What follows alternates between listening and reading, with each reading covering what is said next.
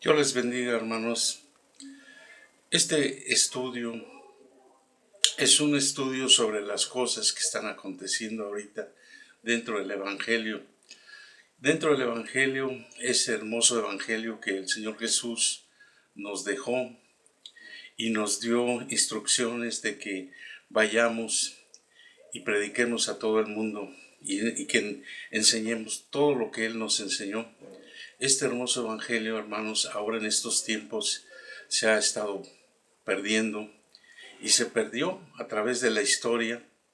Cada vez más este hermoso Evangelio se ha corrompido y se ha visto, Señor, hermanos, que el Señor así, pues así como nosotros debemos de buscarle y así como nosotros debemos de exaltarlo y ponerlo en alto, lo que hemos hecho ahora en estos tiempos es un evangelio, pues que lo hemos corrompido y lo hemos puesto por los suelos. Cada quien tiene sus doctrinas y cada quien tiene sus creencias, pero este evangelio no se ha predicado como el Señor así se los dio a los apóstoles. Los apóstoles, ellos tuvieron este hermoso evangelio mientras ellos tuvieron vida. Pero en el último de los apóstoles, cuando murió Juan, allí este hermoso evangelio empezó a deteriorarse de una manera que la primera iglesia grande, que aquellos tiempos, en aquella época, sí, fue la primera que reunió a los primeros cristianos, empezaron ellos a descomponer este hermoso evangelio, porque ellos empezaron a sacar los filósofos, que después se convirtieron en teólogos, empezaron a fabricar una serie de doctrinas, que hasta la fecha esas doctrinas se han metido en todas las iglesias, inclusive cristianas, evangélicas y protestantes, pero no se dan cuenta que esas doctrinas son parte así del trabajo de Satanás, y ha introducido doctrinas que solamente se pueden descubrir a través de este hermoso evangelio, el que nos dejó el Señor. Porque este hermoso evangelio, el puro, el limpio, el evangelio que salva, el evangelio de los nacidos de nuevo, este evangelio no se ha predicado. No se ha predicado, y lo que predican ahora son pues emociones de hombres, palabras de hombres que salen de sus mentes, de sus cabezas, y no se predica el evangelio. Se ha corrompido y el evangelio le han metido una serie de doctrinas que no fue lo que el Señor así nos enseñó. Este hermoso evangelio tiene un orden, tiene una estructura, tiene unas bases, tiene fundamentos bíblicos. Está hecho por el Señor, diseñado por Dios, que no le falta nada. Es un evangelio completo. Pero este evangelio hay que pedirle al Señor que nos lo revele, como dice Romanos 1:17, que el evangelio, la justicia de Dios se revela por fe, y en fe, por lo tanto, el justo vivirá por la fe. Y esto no se ha hecho. No se ha hecho porque no se le pide al Señor que le revele a uno el hermoso evangelio, este evangelio que el Señor quiere que se predique en todo el mundo. El hombre lo ha compuesto así de su cabeza, de sus pensamientos, agarrando de aquí, de allá y de todos lados, pero corrompiendo este hermoso evangelio que no tiene nada que ver con lo que predican ahora. Este hermoso evangelio es el plan de Dios, el diseño de Dios, y hay que verlo de esta manera. Así que pues este hermoso plan empieza con un personaje muy importante. Este personaje es Juan el Bautista, un hombre preparado por Dios para que este hombre viniera a preparar el camino del que había de venir, y de eso dio testimonio Juan el Bautista. Este hombre fue desde niño, así fue apartado por Dios y hecho por Dios, e inclusive desde el vientre de su madre, él venía lleno del Espíritu Santo. Y Dios lo preparó para que se fuera al desierto y no se contaminara con Israel, porque Israel ya en esos tiempos, ya pues todo estaba podrido, ya no había ya lo que el Señor, lo que Dios, el Padre, se había él ordenado a todos los descendientes de la casa de Israel. El Señor Jesús vino y condenó a los fariseos y les dijo: víboras, sepulcros blanqueados. Y entonces ahí el Señor nos muestra que Él no estaba de acuerdo con lo que pues en aquellos tiempos habían hecho de la palabra de Dios, del Evangelio. Yo quiero darles a conocer este hermoso Evangelio por revelación de la palabra de Dios. Y empieza con Juan el Bautista. Este hombre fue el que le tocó bautizar al Señor Jesús.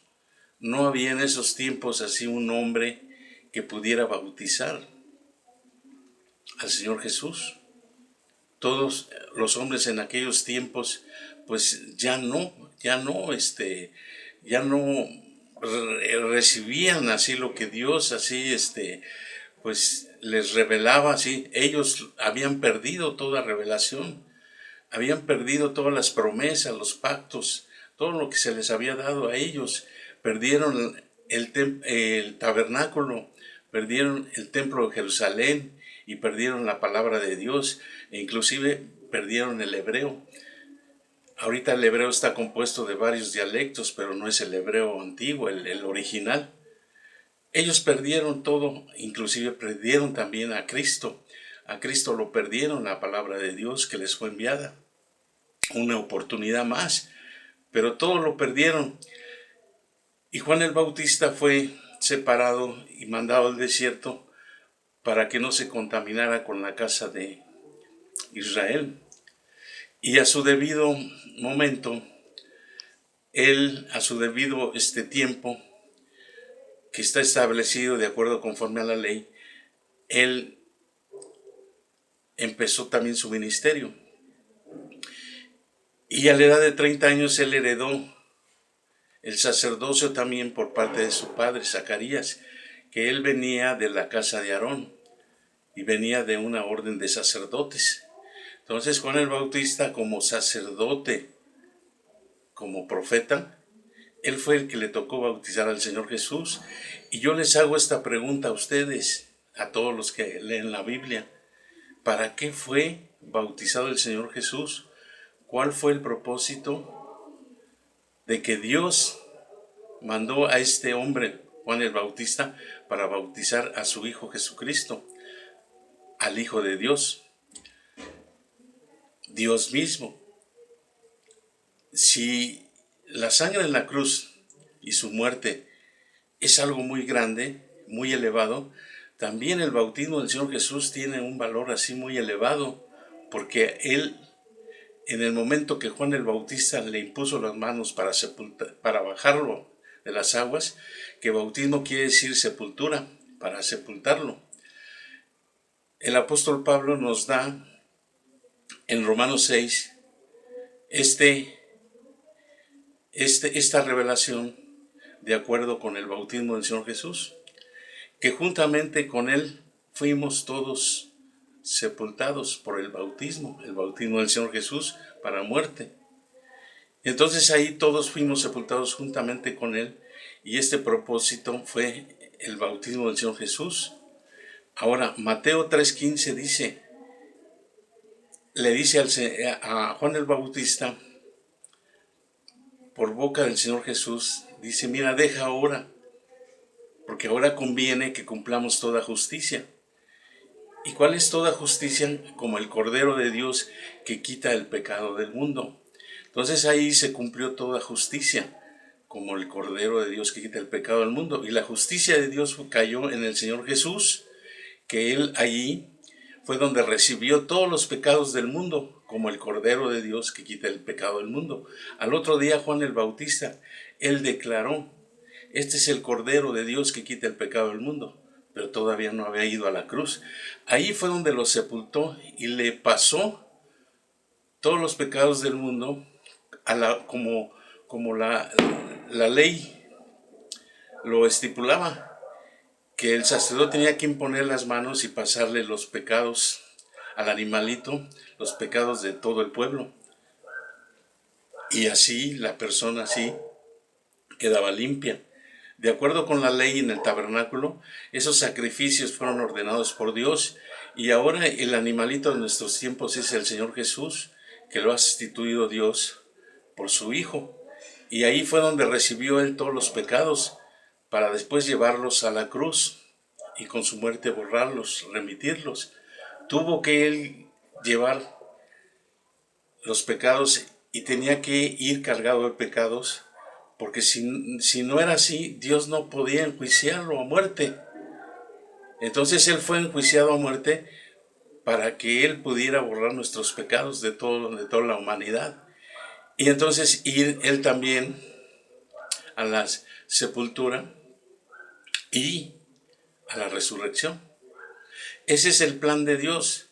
Consiste en el agua, la sangre y el espíritu, como lo dice la primera carta del apóstol Juan, que tres dan testimonio en la tierra: el agua, la sangre y el espíritu. Allí se refiere al agua, al bautismo del Señor Jesús. La sangre es la sangre en la cruz, su muerte, y el espíritu es la resurrección. Ahí tres dan testimonio. Ahí está diciendo el apóstol Juan que tres dan testimonio en la tierra, tres testigos, y que el Espíritu es el que da testimonio. Entonces nosotros debemos de creer a esta gran verdad, porque si no, hacemos mentiroso al Espíritu Santo.